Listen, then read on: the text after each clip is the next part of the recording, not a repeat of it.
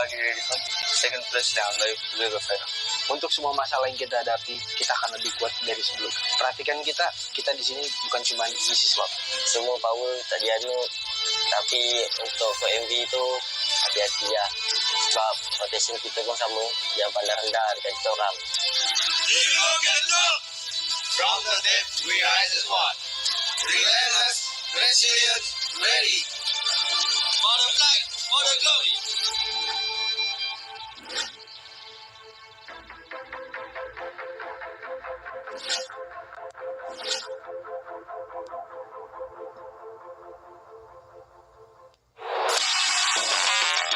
Only the fierce can survive in the 2024 PUBG Mobile Global Championship League stage. There are 16 elite squads in Group Green that will face off, but only 3 will advance to the grand finals. Those in 4 to 11 must claw their way through the survival stage, joining 16 other teams from Group Yellow and Red, while the bottom 5 will face elimination. The stakes are high, making every match critical and every play unforgettable. This is a battle where anyone can be the one. At the helm of Regnum Karia Brais or Silas, a 5-year PUBG Mobile veteran and proud 2022 PMGC champion title holder, leads them with the same fire that won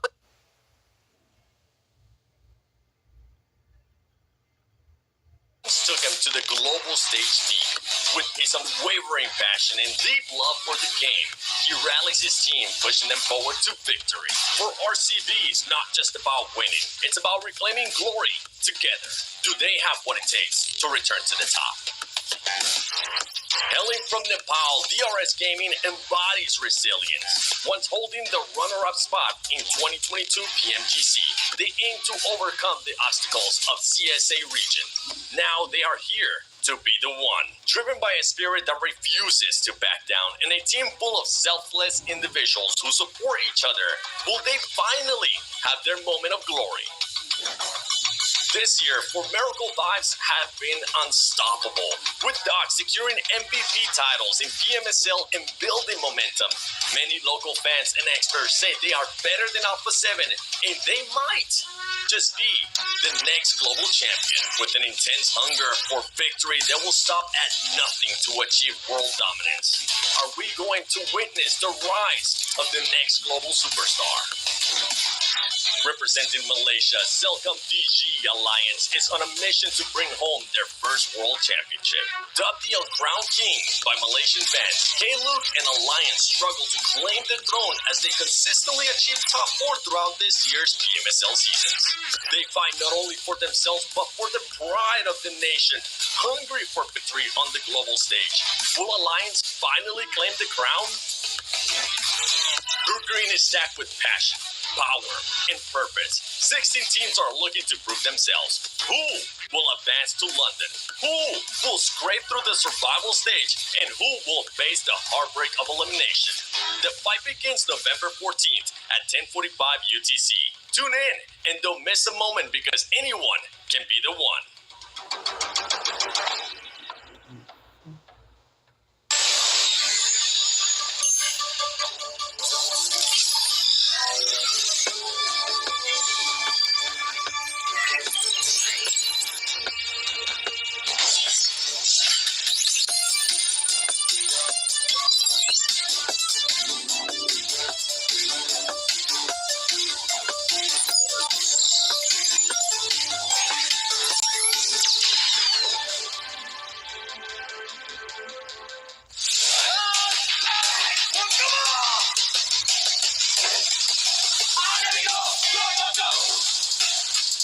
Welcome back, PUBG Mobile fans. The 2024 PUBG Mobile Global Championship League stage continue with Group Red, where top teams battle fiercely to secure a spot in the PMGC Grand Finals in London.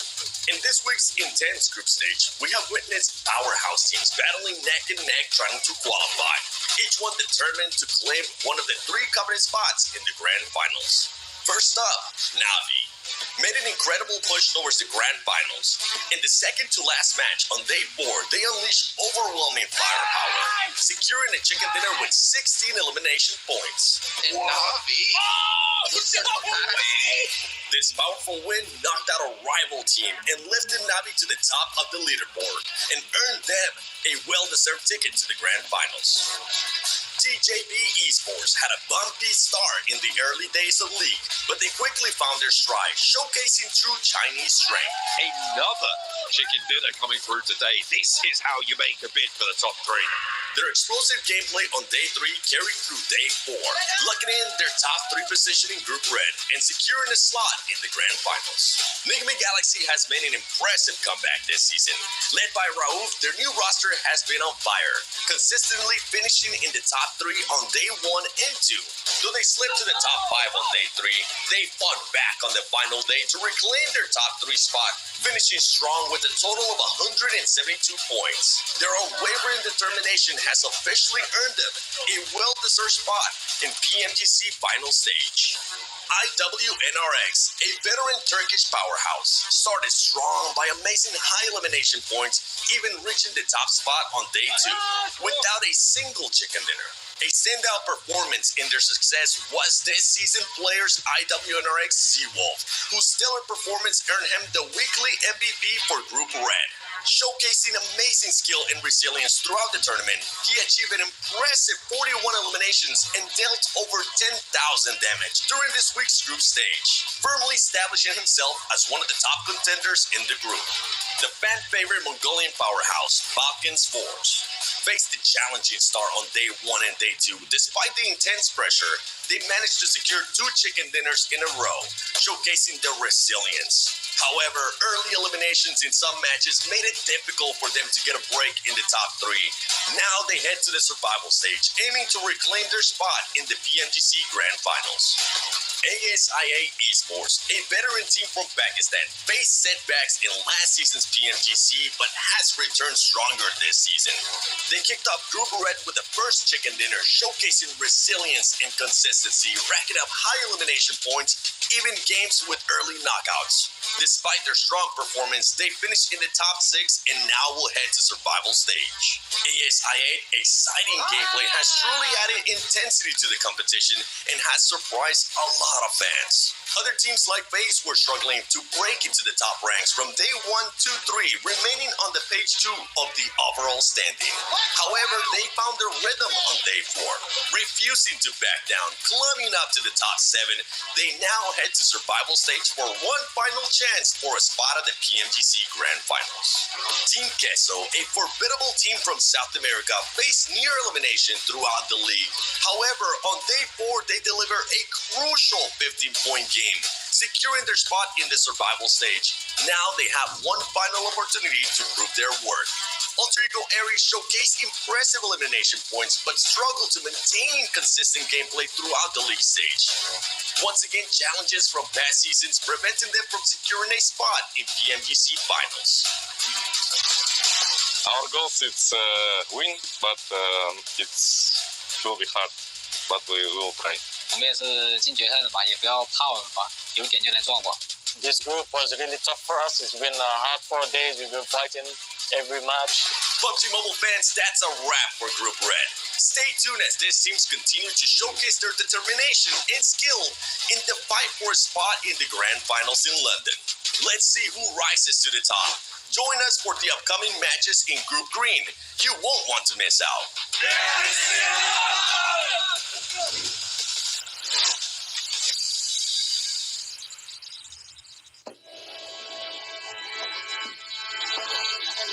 Whispers of the silent night, softest dreams in twilight sky.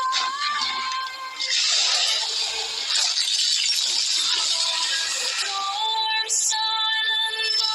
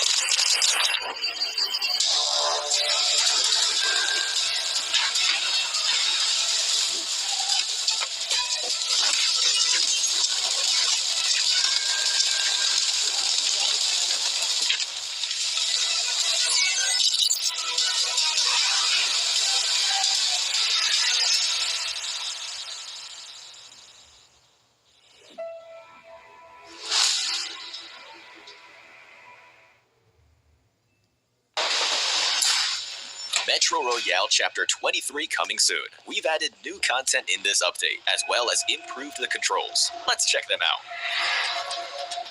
In terms of gameplay, there is a new enemy in Misty Port and Arctic Base, the saber-toothed tiger. It appears in different parts of the map. If you come across it, try defeating it to get lots of supplies. At the same time, we've also added winter crates. They spawn randomly in Misty Port and Arctic Base. Open them to get lots of supplies. Remember, keep an eye out for them. Help! As for game experience improvements, we've added a teammate equipment return feature. In the unfortunate event that your teammate doesn't make it back with you, they will leave their equipment behind. But not to worry, for you are around. Pick up their equipment, which is marked by the teammate icon, and evacuate successfully with it to automatically return it to your teammate, reducing their losses. In this update, we have also made improvements to the lockbox. When you place items into the lockbox, you can decide on how many items to store. This should help you manage high-value items in your backpack. Additionally, you can now also mark supply crates. When you aim at a supply crate, you can mark it on the map using the universal mark button. Your friends will be able to see the mark, helping them locate the supply crate. Furthermore, we've also added a GameWiki access point to the lobby, which makes accessing guides much easier. Use GameWiki to look for Metro Royale tutorials, fun video clips, and more. Oh, and Metro Royale Chapter 23 collectibles and honor rewards have been updated. Don't forget to get your collectibles and increase your honor level to collect great rewards. That's all for the Metro Royale Chapter 23 updates. The season will begin on November 13th. Survivors, get ready for combat. May you evacuate safely with bountiful loot. Fortune favors the brave.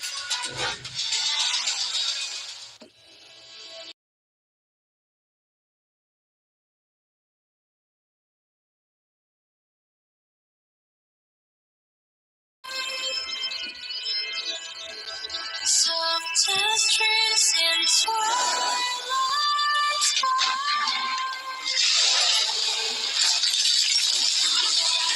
Warm, silent, violet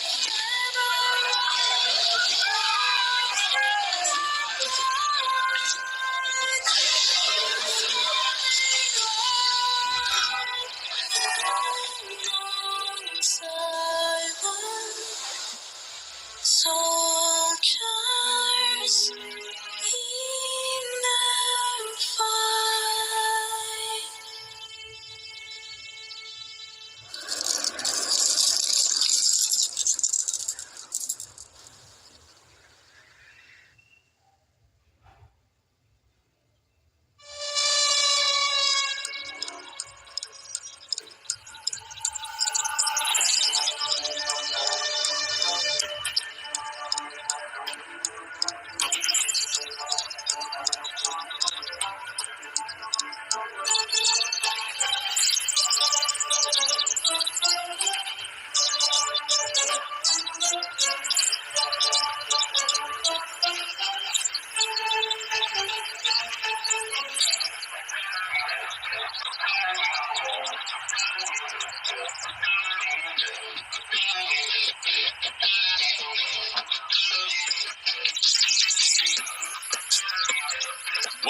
ladies and gentlemen, to day 2 of Group Green. We had some pleasant surprises yesterday, and one of them was none other than the Vicious. I'm joined here by Bruno. Bruno, what was the biggest challenge for you guys yesterday? I think the big challenge for us is ourselves.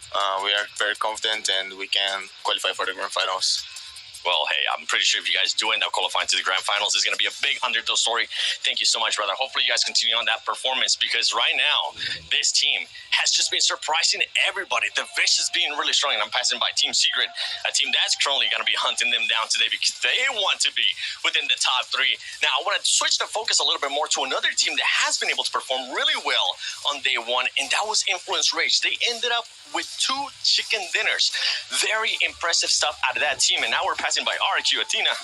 Just quick, a little feast. Oh, nice ring, brother.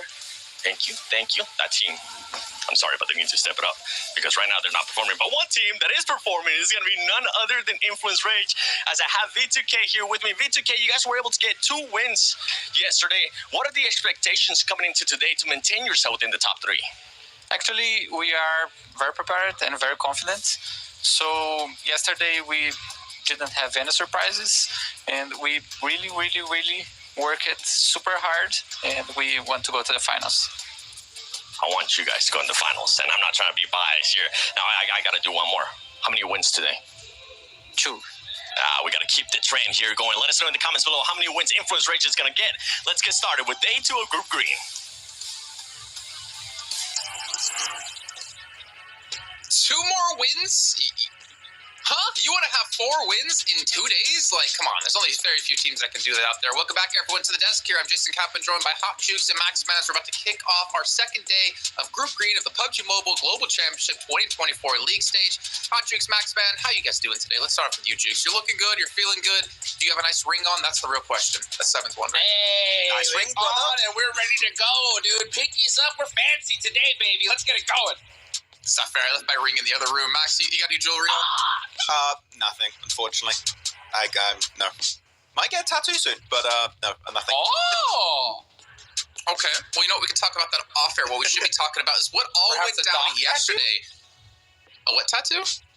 Perhaps a dock tattoo? Oh, I thought he was going to get like a hair tattoo. Yeah, it's just like I crashed CAG Osaka. that's what it would be. The hovercraft. I mean, that was the story of yesterday. We saw 4MV have a 32-point game, getting 22 eliminations, which is one of the highest we've ever seen in a global championship, or ever seen ever, since we switched away from the 20 points for a chicken dinner, to be honest with you guys.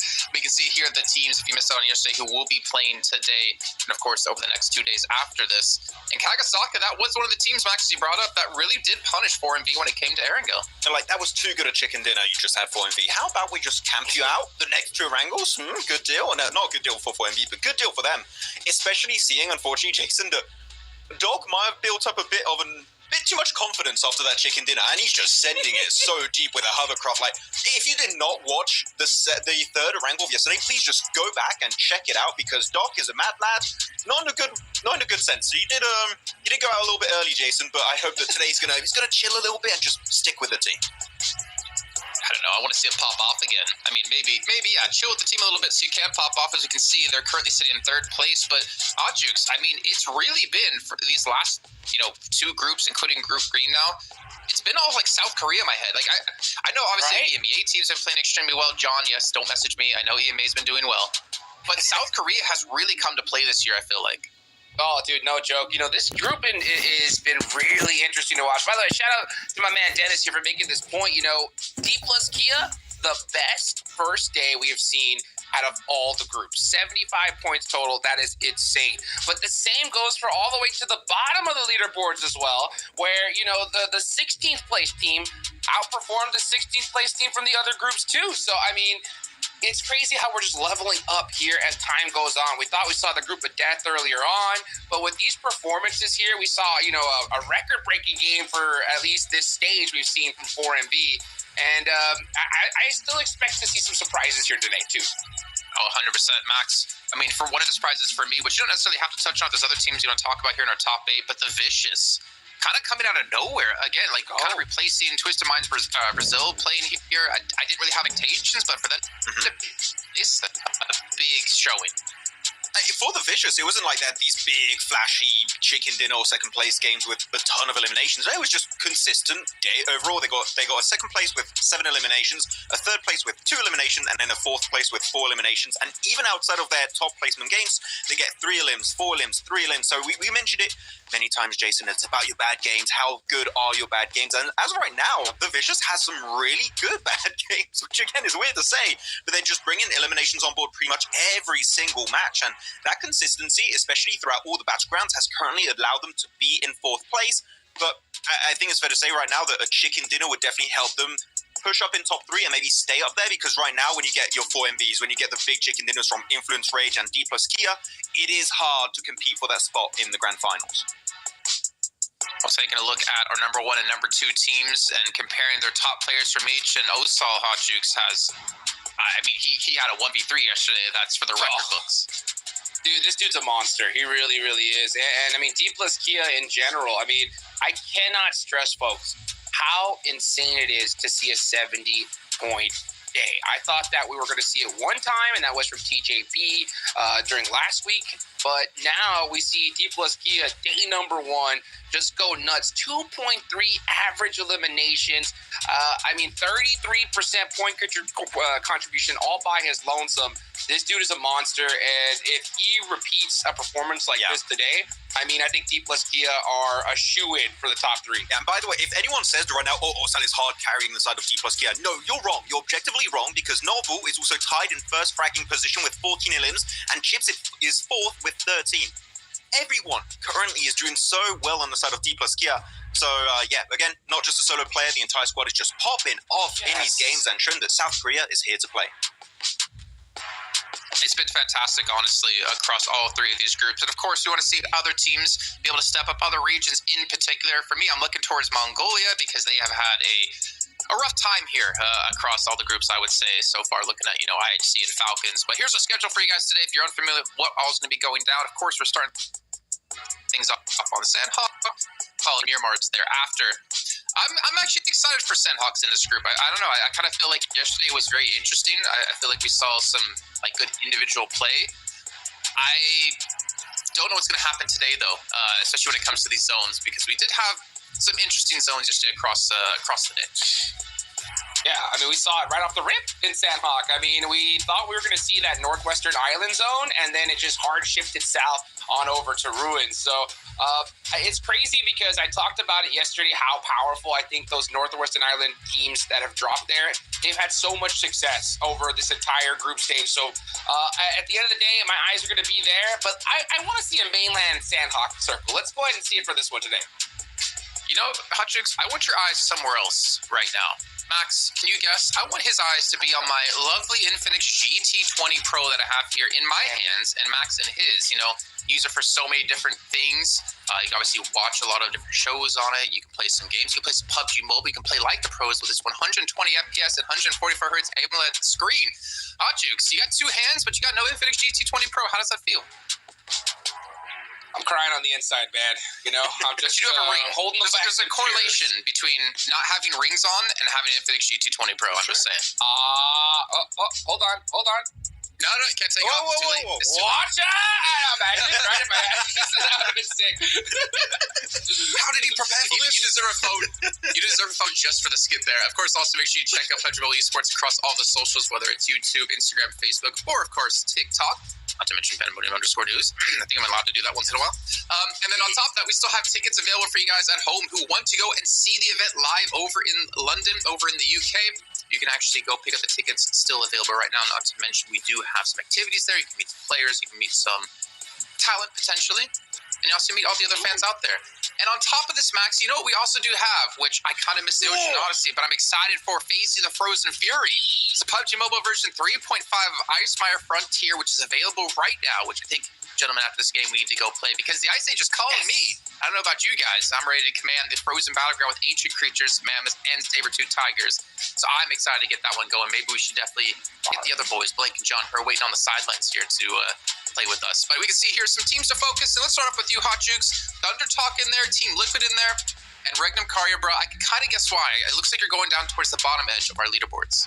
Yeah, for sure. I mean, that's always day 2 for me, right? Day 2 is always going to be looking at the bottom because if you want to make it to top 3, you want to perform well here before that gap gets too big and it's going to be impossible to make it on there. And these are the 3 teams I'm going to be looking at because, I mean, we saw what happened with TJB last week where these PEL squads, and I'm talking about Thunder Talk here, right, started warming up towards the end of the tournament. I mean, what did you say yesterday? Day 2 is the day 1 for PEL squad? Yeah, So, I think Max said that, right? I think Kalara said that, actually. Yeah.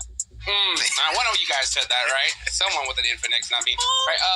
But, you know, so hopefully we see that happen. I love to see Team Liquid as well get that chicken dinner right there at the end, right? Yeah, Knight said it, that it was all about damage control, and they got that done, Max. I mean, Team Liquid really, after that chicken dinner, I just hope that that's going to build a bit more confidence for today. But yeah, Jason. If that's damage control, then why don't they just play full damage control every day of the week? Just damage control every single game. I don't know what's the try harder. But no, really, the fact that they end the day with a chicken dinner, I think, is a big moral boost going for your second day, and I just hope that that has been able to carry over because I mean, look at that, the names on this team, right, Jukes? I mean, these are all names that we know so well when it comes to the Americas region, and we know they can perform globally. But it's just a little bit of a slower start, you know, and I think that they are not going to be in the bottom 5 team. The fact that they're in bottom 5 in the first day, I'm just like, okay, stuff happens. If they're still in bottom 5 by the end of today, I'm like, this is a big surprise that I really did not expect for, you know, what Team Liquid was really bringing to the table in PMGC. Yeah, I mean, we heard it yesterday from, like, all the major squads when they were doing interviews. They were all talking about Team Liquid being a threat, right? And I thought, for a second, we thought maybe they were just joking, considering that they were having a really rough day at the start. But then once they got that chicken dinner at the end, you know, that kind of put everybody back on their toes, being like, ooh, you know, like, this squad could definitely get it done. And I think today is going to be their day. No excuses, right? They should be fully warmed up, ready to go. And you see another team I want to see do way better here. Our Jukes has got to be DRS. Currently in last position, 16 points. You did say, no, compared to the last place teams in day 1 of the other 2 groups, it is a better performance, which great, but it's not that great when all the other teams in your group are doing like also better compared to the other groups. So it's a bit tough in that sense. But DRS definitely need to be careful when it comes to early engagements. You can see a lot of the time they're losing a player, losing a duo very, very quickly in these matches.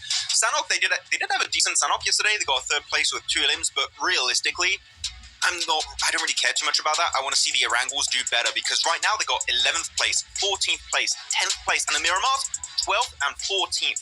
Their results are super low. Their survival time is extremely low. So DRS, just early skirmishes, avoid them like the plague, and you might just be able to get chicken dinners like we saw from Influence Rage and D+ Kia that keep these really solid 3-4-man teams alive until the very last few circles. DRS needs to step up their survival game. That's interesting, Max, actually, that you're talking about, like, Erangel in particular when it comes to them. Because I was thinking more towards the Miramars. You know, if you think towards, like, Alpha 7, you got to see them perform on Miramar if they want to be successful. For DRS, I was kind of thinking the same thing. I mean, the amount of times we saw highlight clips of Sleepy with the Mini 14 on Miramar just pelting people at range.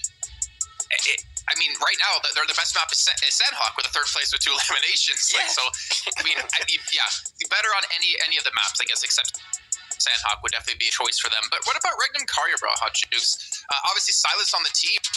He's been at 5 PMGCs. He has a lot of success in his past. I mean, I want to say this, though. Like 13 place points, you get him a chicken dinner with 0 eliminations, they immediately jump into 8th place. 7th place. So it's not like they're really far behind. I think that's something we should remember at the end of the day. At the moment, that is still extremely close here between, like, our 5th and 16th place teams. Yeah, I mean, Regnum Karya, bro, I mean, we expect big things for this team. I mean, Silas has won BMGC before, right? So he knows what it takes to get it done here. I'm hoping it's just a really rough day 1 for them, and they'll bounce back here, man. I mean, we're about to get started. At the end of the day today, we'll reach the halfway point for the end of this group stage. Well, let's find out how our first battleground will play out. So we're going to be dropping into Sanhok once again, of course, with our phenomenal commentators of John Allen and Blake. Thank you very much to the exquisite analyst desk and, of course, our lovely, beautiful host, Jason himself. We are going to be heading into day number 2 here in Group Green. And as Max was saying, it's really day 1 for the PEL squads and hopefully a few others too, Blank. Honestly, I think for quite a few teams here, what they would really need is just a much better day than yesterday. I think we had a ton of teams go out fairly early in a lot of their games, not be able to get themselves a lot of points. Team Liquid, right at the end of things, were able to turn things up just a couple of notches, which was super important for their day two. If they were starting down towards 6 points, which is what it was starting to feel like it was going to end up with yesterday, I think Team Liquid might have had a real struggle even going into day three, and likely would have cemented their position in a survival stage. But because the points have been so heavy towards the top, John, there is a possibility of a lot of jumping up to be happening today. Yeah, there has been that point sponge effect, and it's really scooped out the middle of the lobby because the lower end of the lobby as well is a little bit higher than we have seen in previous weeks. So that middle area is, in general, fairly volatile, as it generally is towards the end of the day one, but a little bit more so today. Looks like not too much bother in the early game. Maybe DRS could catch some flack from the Vicious, but so far remaining safe. Blank, we're going up to the northwest again. As always, I mean, I think in the past we were always wanting to see that mountaintop finish all the time, and then finally you get Northwest Island shifts every single day, and suddenly you may be wanting something more over towards the eastern edge of the map. However, up towards the northwest side, you've got Voin Donkey as well as Thunder Talks, both in a really, really strong position at the moment. Team Liquid are up there as well. We caught up. Welcome back to a quick fun report with the 7WG. This time it's going to be in regards to Team Liquid. They did finish off the day yesterday with a win. And as we heard from Knight, they were trying to do damage control. They were able to do that perfectly. Now today is going to be a bit of a turn up. They're currently practicing. Ayala's trying to make sure they catch those tennis balls. But we'll see how this team is going to be performing today in Sandhawk. Hey, look at those reactions. They're getting warmed up. They are hot to trot into this Sandhawk. Let's hope that they can bring that practice to bear here, because they are in 12th place right now. They need to push a little bit higher if they even want to get to the survival stage, Blank. And this was a team that people were talking about to be one of the top three. Yeah, truly inhuman reactions coming through from Team Liquid.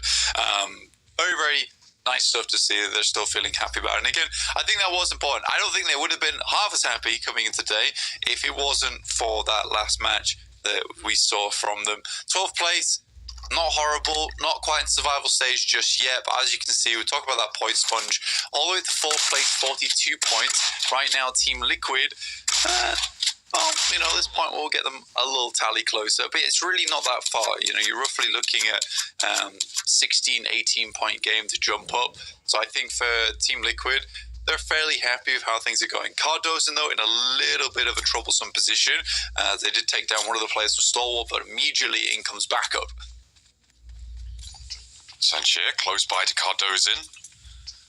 Trying to push around, spot him on the inside now, in danger, but there's backup coming. Needs to hold out for just a moment longer, hold that door frame. If they're a nade for Stalwart, they're going to try and burn him out. Across with the DBS, and the shutdown not quite landing. Finally, the explosion's there, and a player on Team Liquid got picked up on the off angle as well. That backup was cut off, and Stalwart handled it. Was that a little drive-by assist by RCB to be able to pick up that off angle? I think it was. Get wrecked, Team Liquid. So sad. So mad. And I think for Team Liquid down to 2 players, not ideal. I think what we wanted to see today was them come out strong on Sandhawk. It's not the case. RCB, like you said, with that rollout, Zadira does hit the deck. Now, with the way Zadira's currently been playing, 477 is slightly worrying, considering this guy was just an incredible powerhouse for the team over at PMSL EMEA. It's not happening here, sadly, for 77. I'd like to see a little bit of an improvement coming through from them. But we'll wait until that does happen. Lots of early rotates coming through, and uncontested ones at that. RCB, it feels like they've just been snaking their way through all of this area, right? We saw them go past Stalwart, that was near Paradise Resort, and, well, some of Team Liquid. They went across the bridge, they drove all the way around, they scoped out the hill, and now they're all the way up on the northwest side. So RCB, the fact that they have managed to get through there with all 4 of their players alive, kind of crazy, you're right. Uncontested as well. Thunder Talk trying to hold the top of the hill before MV. You want to try and change that tune. Change the track on it. Talk are going to have to try and maintain. AJ, it looks like he's surrounded here, but you can see the off angles for Thunder Talk. That is going to keep him a little bit safer, but when Doc's in play, anything can happen. In that third place spot, we've seen them pop off. They only had one big game yesterday, and that's the majority of their points tallies, but we know what they could do when given that opportunity. Yeah, Thunder Talks did not look bad in some of their games. It was just a few of their matches just going down early. I think that's the case for a lot of our squads here. We were even discussing 4MV, who's currently taking an absolute pounding on this side of the map. They're a team that maybe got a little bit too big for their boots almost instantaneously. Doc maybe going way too aggressive. It should be a free couple of pickups here. Reefus goes down. Apex in a troublesome scenario. King has managed to get a double spray down over towards 4MV, but only one of them flushed out so far. And both of those two teams suffering is a really interesting dynamic because it means that high ground much less brutal to the rest of the teams surrounding it. The Vicious trying to spray down RRQ as they approach, and that will be a successful pursuit. 0 eliminations and going out first here for RRQ as they try and make their way to the Northwest Island once it's already too late. It's very odd to me because I think there's a distinct difference between Group Red and Group Yellow coming into this lobby of Group Green. Some of the rotates that are coming through just feel really badly handled in terms of scouting, in terms of whether it's safe to do that, where you're going to be positioning next. And a lot of those mistakes are being capitalized off the back of. It's very, very odd to me to watch because, and not to be mean to these teams, but it does feel like there has been a skill drop-off between week 2 and week 1 into week 3. Baron gets picked up there, and 4MV are down to 1. There is a lot of investment on the southwest side here for Thunder Talk.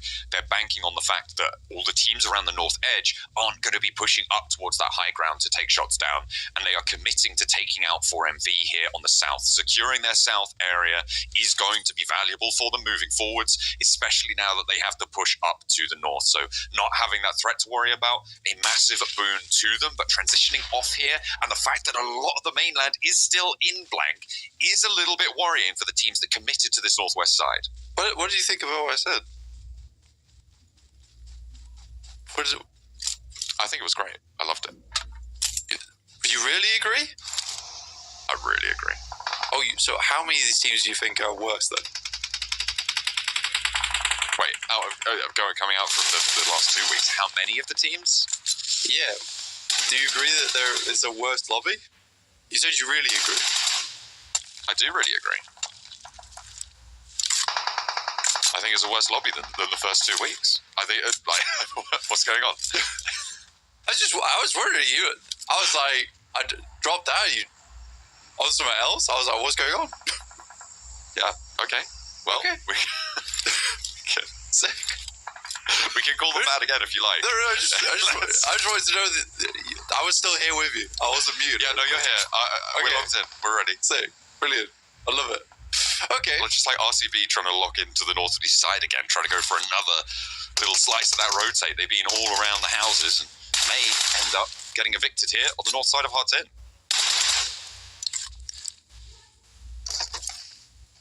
Team Secret getting a really good shift on the circle, actually, towards that northeast side in Cow. I mean, they look like they were somewhat booted out. I think this also just helped D plus Kia.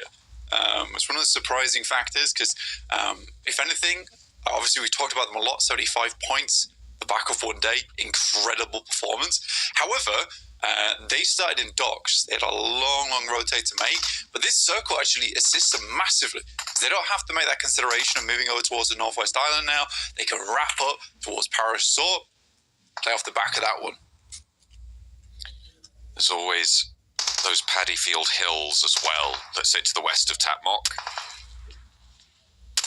See if you can get that high ground, that advantage over everybody trying to cross, because Brute Force are holding it right now. The circle definitely could go either way, Blank, and if it were to be really mean, it would go for the middle island in the river, but we haven't seen one of those in a long time.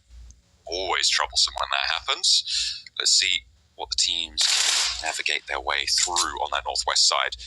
Over on the east, we're seeing a little bit of a scrap for area for ground control between Cellcom Digi Alliance, between Stalwart. Brute Force have the bridge control. I think that's fairly undeniable on the compound just to the north side, and they will be on a crossfire. Team Liquid, with their position, are probably the most vulnerable, but also kind of very well protected on that east side by the two teams that have taken up residence there. Yeah, where Team Liquid are currently playing is actually down off the slopes. So it is out the way. It's one of those locations that you don't really want to cement over towards until late game, which makes it actually a very good position for two players to just sit in going forward. Because unless the circle goes directly on top of them, it's not likely any team is going to be challenging for that spot up until like stage 4, stage 5. But you're right, this absolutely could go over towards the center island in the river. I think that, yeah, it has been a long time, I think, since Mad Bulls, potentially.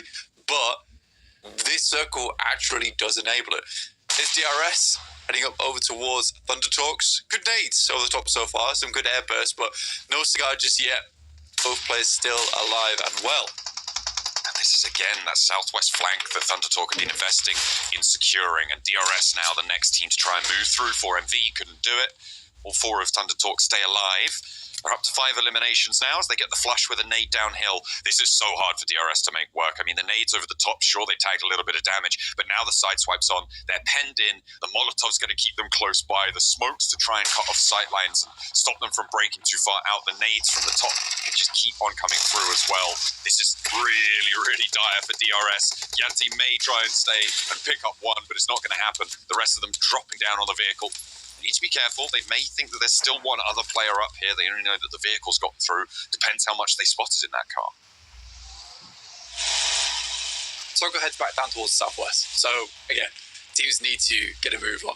But so the Thunder Talks versus DRS at the moment. Looks like a fairly decent fight for Thunder Talks. Great off angle from Xing, by the way. Able to pick up one of the players from DRS and cut out that off angle that was coming through for them. Dangerous approach for Xing, but yeah, still works out. So a good pickup from them. It was pretty instantaneous as well. So I don't know if he had information prior to that, but whatever it was, Xing is doing his job as the off angler of the team, being able to pick up those shots from players that might not be quite in the purview of the rest of the clump of the squad. But that will leave Thunder Talks much safer. And with this circle shifting back down towards the southwest side, there's not been a lot of teams considering to make that cross across those shallows to head over towards that western side, which does leave the Vicious, Influence Rage, as well as Thunder Talks, with a mighty amount of control over towards the southern edge. I was just looking at the map to see where D+ are, Blank, and they have only just reappeared. They were moving up towards boot camp. They've been in the blue zone for a long, long time, into stage 3 now. They went all the way back down south. They crossed low down on that south area and gone for a wide wrap around. So they are coming in now on the west side of the circle, and maybe a little surprise for the teams coming in this late. Yeah, I was actually talking about this earlier in terms of where D+ were. Where obviously they started in docks, and with that shift they headed over towards the northeast side. There was a big potential for them to maybe get a wrap around and get in towards where Team Secret is playing. It's been a tough decision for them because the circle's been pretty indecisive. First of all, it might have thrown them a bone, and then they realised the circle does not benefit them at all, and they have to rethink things. And Thunder Talk's already finding a shot towards Fabian pretty bad. Stalwart to try and move through this fight as they're going to have to leave the compound, fighting up past that Team Liquid position that was vacated earlier. But at the moment, Cellcom Digi Alliance doing a lot of work on the hold. Only 3 Stalwart players to try and move on in. But hang on a minute. Things have gotten a little bit dicey here, a little bit spicy too. But 2 players still stand for Cellcom Digi Alliance. A little bit more of a toll extracted from them than perhaps they would have liked. This is stage 4. They can't res out in the zone, but you can deny the point by getting that res earlier. D+ heading in. Fabian did go down, but successfully make themselves into a position. Let's put it that way. A position. It's not great. It's not great at all. Cellcom Digi Alliance versus 77 at the moment. Some good shots across the way. Yeah, off towards that eastern side. Brute Force. Oh, dear me. I mean, to be fair, this is actually a big deal for Team Secret versus Brute Force, considering Brute Force has been sort of the kings of cow for a long time. Not the animal, but the location.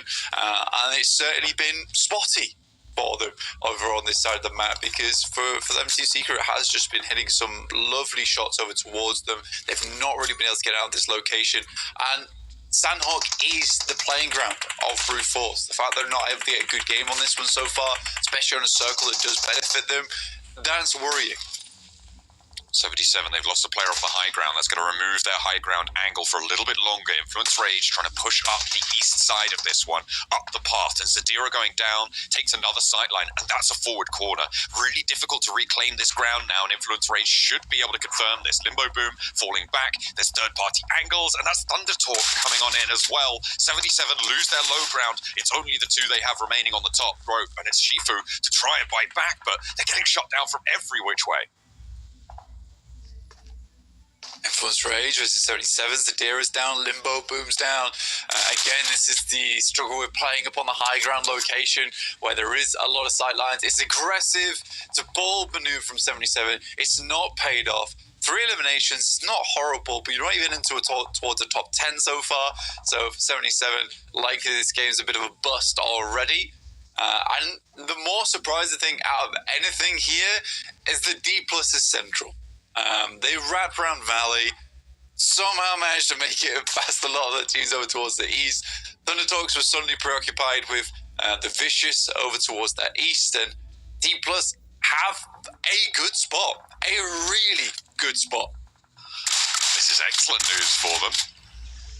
Over on the bridge in the meantime, Team Liquid trying to pull this one back together, but Secret landfall baller once in Ayala doesn't know which way to look. He's getting taken down from both angles, and all 4 of Team Secret stay standing on a subaquatic crossing. Let's go with that. It's going to go for Submariner, but we'll change that tune. Yeah, I like it too. It's certainly marinating Team Liquid right now on their hold, because they are going to be salty about that pickup onto Ayala. The nade over to the backlines as well. They have lost a player on the bridge right now, which does get flushed away to Chief, so a little bit of retribution for Team Liquid. A small amount. It really is Scuba Chief right now. Taking out Team Secret. Almost a great name. Almost a great name. What is Thunder Dogs doing, by the way? They died. They're done with this game. They're busy, I guess. They jump off the cliff. 2 of them get knocked. And there's players already down there. This is kind of wild, but this can go through. Over on a really important part of the map as well, Blank. This is crazy. It shouldn't happen. No. That's actually a decent nade as well from the Vicious there. I think he actually tagged up on towards him. Yeah, not sure what Thunder Talk's game plan was. I don't even think they had a game plan. When you start throwing yourself off the cliff, that's when you need to start worrying a little bit. That's lemming behavior right there. Yeah. What is going on? It really is. I mean, one of them was able to get down with the vehicle. All right, guys, we do actually know that, they're throwing themselves off. One player gets across in the vehicle, then they res afterwards. But Vicious is in the vicinity. I don't know. I feel like there should have been a decision much sooner. Come on, Chief. Not able to make it happen, but what a great attempt that was from him. I mean, 5 eliminations. It's a salvage of a game. Well played. Hats off. I really thought Chief was going to have it there. Slight hesitation. Lost. Come on, boys. Wow. What is going on? These guys just favoured by the Circle Gods right now. I mean, they did have that wide wrap, that smart rotate into the west edge Blank, but these last 2 have been absolutely great news for them. And with 3 players alive, this is a very defensible compound, especially given that teams are going to be pinning each other on the edge too. That crossing over to their area is going to be really, really difficult. Voin Donkey trying to move through right now on the north side near Hatin, over towards CIG Osaka. They haven't got an opening just yet, but they are making their moves. The real difficulty with this circle in particular is that it doesn't favour Hatin players, it doesn't favour Hilltop players either. Realistically, this should easily be a chicken dinner for D+, unless there are a multitude of crashes, which I don't think there will be, considering the fact that a lot of teams will have sightlines and they'll all just try and take each other out. D+ should just get a free chicken dinner. And what a rotate from Docs that has been. Potato from Voin Donkey starts things off strong over towards Garnet, cuts him down. Oh no. as the off angle. I think a second most powerfully positioned team right now is Influence Rage as well. So potential for first and second place to keep that acceleration going, with the Vicious jumping up into third and pushing 4MV out. A lovely nade from Naoto to leave Voin Donkey on just one player alive now. Potato himself, Matten trying to turn the corner, confirm the flushes. Stepping out, going for a challenge out the blue zone, good for the spray. Steps forwards, looks for a second as well. Transition over towards Naoto, but up into the corner. You're not going to be safe for long. There's a hop shot, not going to come through. Doesn't quite have the angle. Naoto thinks he's going further in. What are you doing there, Zeta?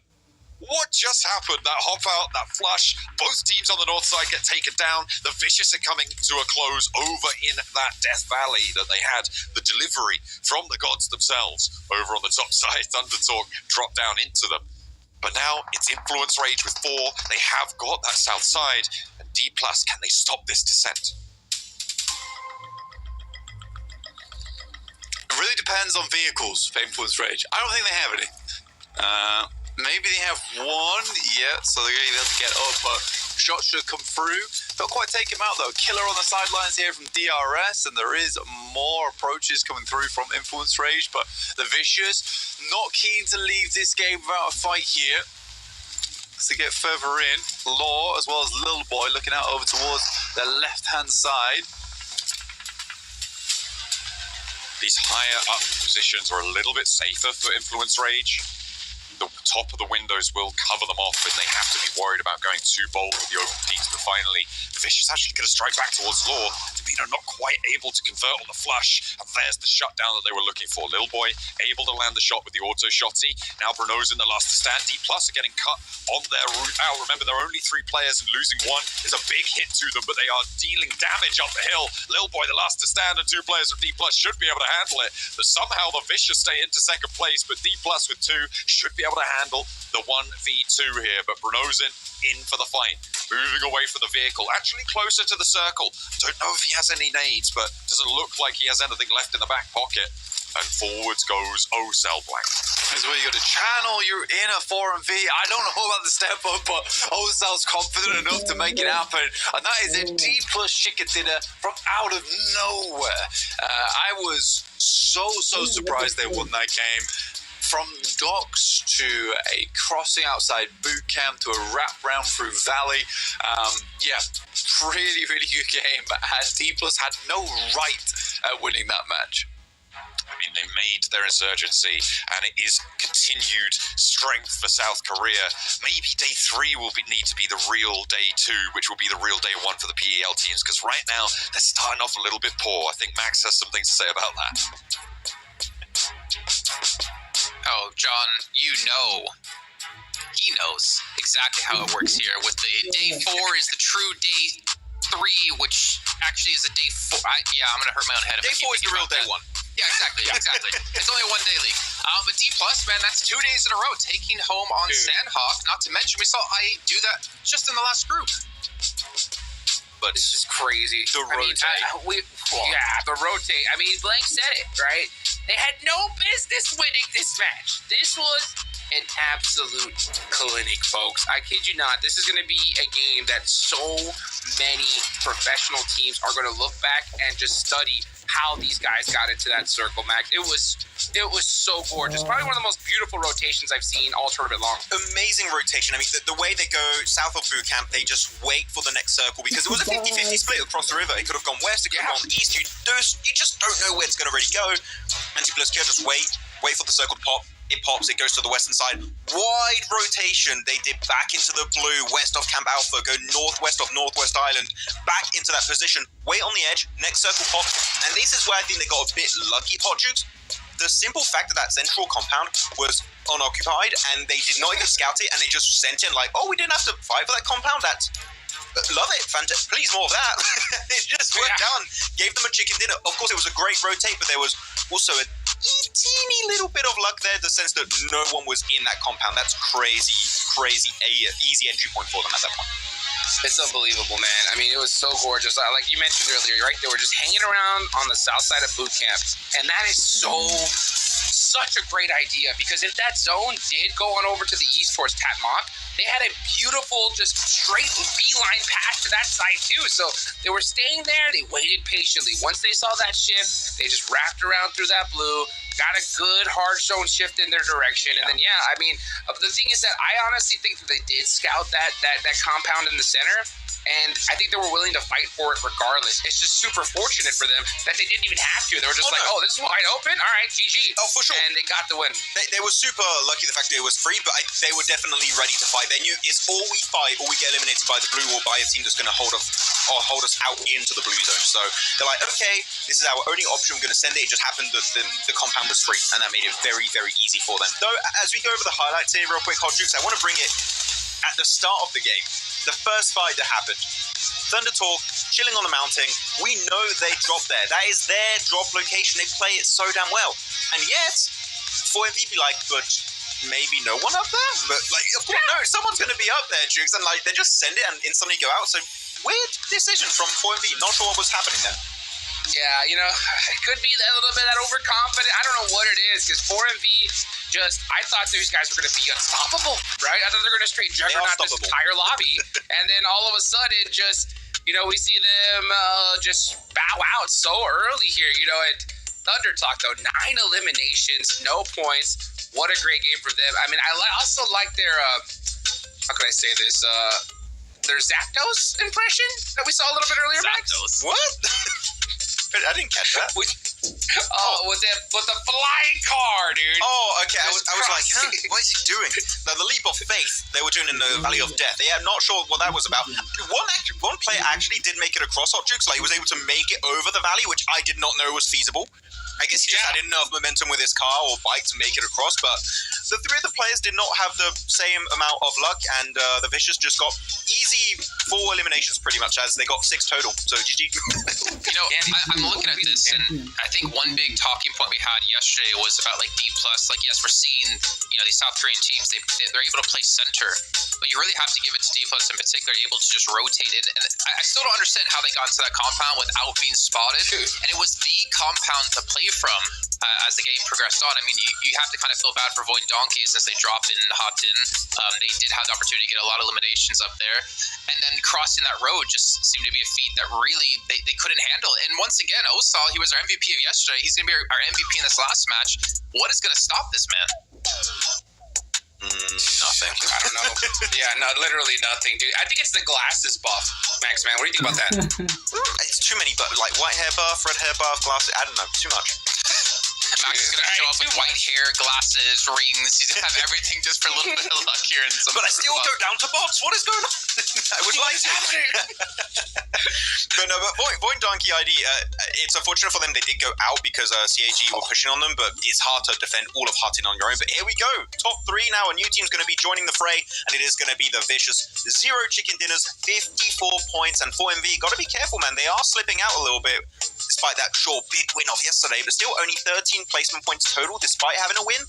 We need to see them survive and not take these early encounters we see versus CAG Osaka and here versus Thunder Talk. This scares me, Jukes. Like, we said this at PMWC, and I'm so glad we set it up then, because this is the era of uncertainty in PUBG Mobile esports. And the Vicious, a team who wasn't even necessarily supposed to be here, coming in 3rd place in a position to get into Grand Finals directly, that is insane. Let's go. I told you yesterday that at the end of the day that they were in the perfect position going into day number 2, right? They got good, solid, consistent points. They didn't make so much noise that everybody's going to be just studying them hardcore, trying to figure out what kind of magic sauce they had, But the Vicious, I'm telling you, like, this is a team that has been seriously consistent here, and they could easily make it into top 3. I mean, we heard it earlier from 7. They feel confident. They're excited here today, and if they continue this on, I mean, we could definitely see them in the finals. Taking a look here at the rest of our overalls, Liquid unfortunately not able to move out of our bottom 6 quite just yet, or our bottom 5, I should say. DRS, though, a slight little increase. They get up to 15 place here, Max, as you can see.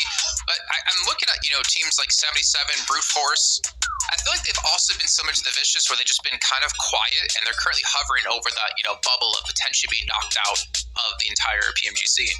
Yeah, I think it's going to get to, we say it a lot, Jason, but to the last few games to know who's going to be in the bottom 5, because it is going to be that close. But 77, I'm happy you bring them up. I think they had actually a good game plan here. I don't know if you would agree, Hodrix, but they're 2-2 split, 2 players on a compound, 2 players on the hilltop east of the main mountain of Northwest Island. It's a really solid split. Many top tier teams use that split when it is going to be an island finish up there. But